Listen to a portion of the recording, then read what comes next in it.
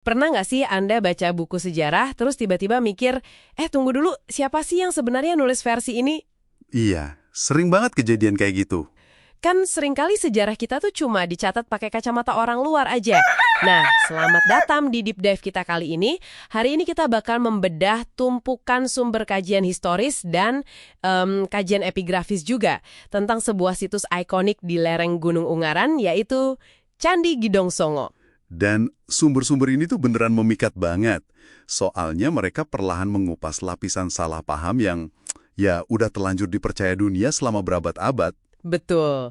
Misi kita hari ini mengajak Anda buat nemuin momen aha itu ya, membongkar miskonsepsi sejarah kolonial dan melihat kejeniusan lokal Nusantara yang sebenarnya. Ya, local genius yang jauh melampaui apa yang sekedar dicatat sama para penjelajah asing. Nah, mari kita mulai dari awal penemuannya oleh pihak luar. Kalau nggak salah, Thomas Stamford Raffles datang tahun 1804 ya. Ya, benar tahun segitu. Dia lihat candi-candi ini lalu nyebutnya Gedong Pito. Terus sejarawan Belanda kayak Krom, mereka malah menyimpulkan kalau situs ini tuh cuma sekedar hasil indianisasi aja. Betul sekali. Jadi Krom dan rekan-rekannya itu menganggap candi ini sekedar hasil copy-paste kuil Hindu dari India, tapi versi yang kurang rapih gitu kan. persis, versi gagalnya lah ibaratnya.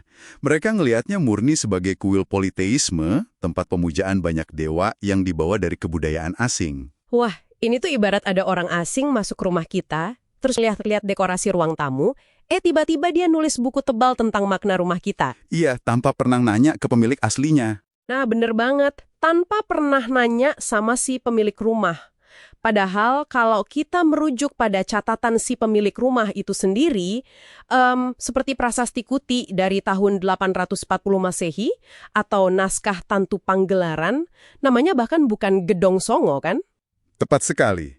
Dalam naskah asli Nusantara, kawasan ini justru disebut Gunung Karundungan, atau ada juga yang nyebut Karungrangan. Oh, Karungrangan? Iya, ini tuh sebenarnya pusat spiritual yang sangat sakral peninggalan era kerajaan Mataram kuno di bawah Wangsa Sanjaya. Jadi nama dan fungsinya aja udah disalahartikan sejak awal oleh narasi asing tadi. Oke, berarti teks kuno kita dengan jelas membantah Raffles dan Krom. Tapi gimana dengan bukti fisiknya?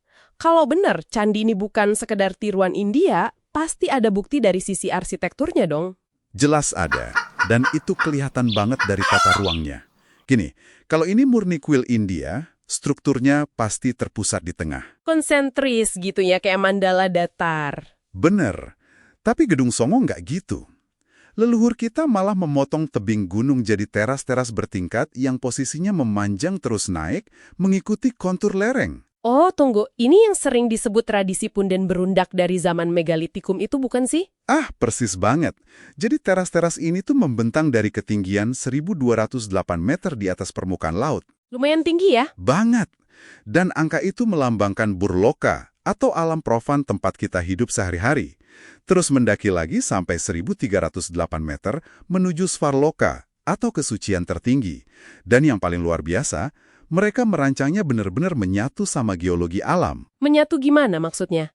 Jadi di antara Candi 3 dan Candi 4, para pakar menyoroti adanya penemuan mata air panas alami berbelerang. Oh, mata air panas. Ini yang difungsikan sebagai mula tirta itu ya, semacam air suci buat penyucian diri. Betul sekali. Jadi manusia diwajibkan menyucikan fisik dan pikirannya pakai air panas bumi itu sebelum mereka mendaki untuk menghadap Yang Maha Suci di puncak Ijantu. Oke, menarik banget. Tapi tunggu dulu, saya mau kasih sedikit pushback kritis nih di sini. Boleh, gimana tuh? Di candi-candi itu kan ditemukan banyak banget arca ya. Ada patung Ganesha, ada Durga, ada Agastya juga. Nah, wajar dong kalau sejarawan kolonial ngira itu pemujaan banyak dewa atau politeisme. Nah, itu reaksi yang sangat wajar. Dan disitulah letak bias pengamat luar yang paling fatal. Oh iya, kenapa tuh? Karena peneliti kolonial melihat patung-patung itu secara harfiah aja. Termasuk pas mereka lihat batu Linggayoni, yang kita tahu sebagai simbol penciptaan, mereka anggap itu semua sebagai dewa-dewi terpisah yang saling bersaing. Padahal kacamata orang Nusantara beda ya? Beda jauh.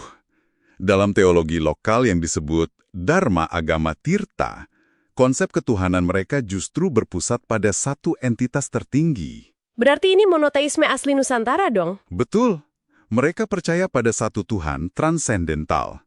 yang sering disebut Sang Hyang Widiwasa atau Sang Hyang Achintya, yang artinya yang tidak terbayangkan. Wah, sebentar. Kalau Tuhannya cuma satu dan tidak terbayangkan, terus buat apa ada banyak patung kayak Ganesha dan kawan-kawan di sana? Nah, karena arca-arca beserta lingga yoni tadi, itu dalam kacamata lokal diyakini sekedar sebagai prabawa.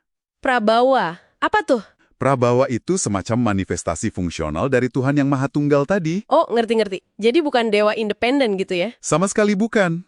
Itu wujud agar akal manusia bisa mencerna fungsi perlindungan, peleburan, dan sebagainya. Analoginya kayak gini mungkin ya.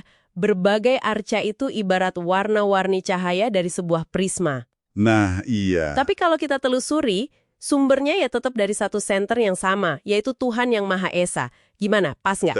Analogi yang sangat pas.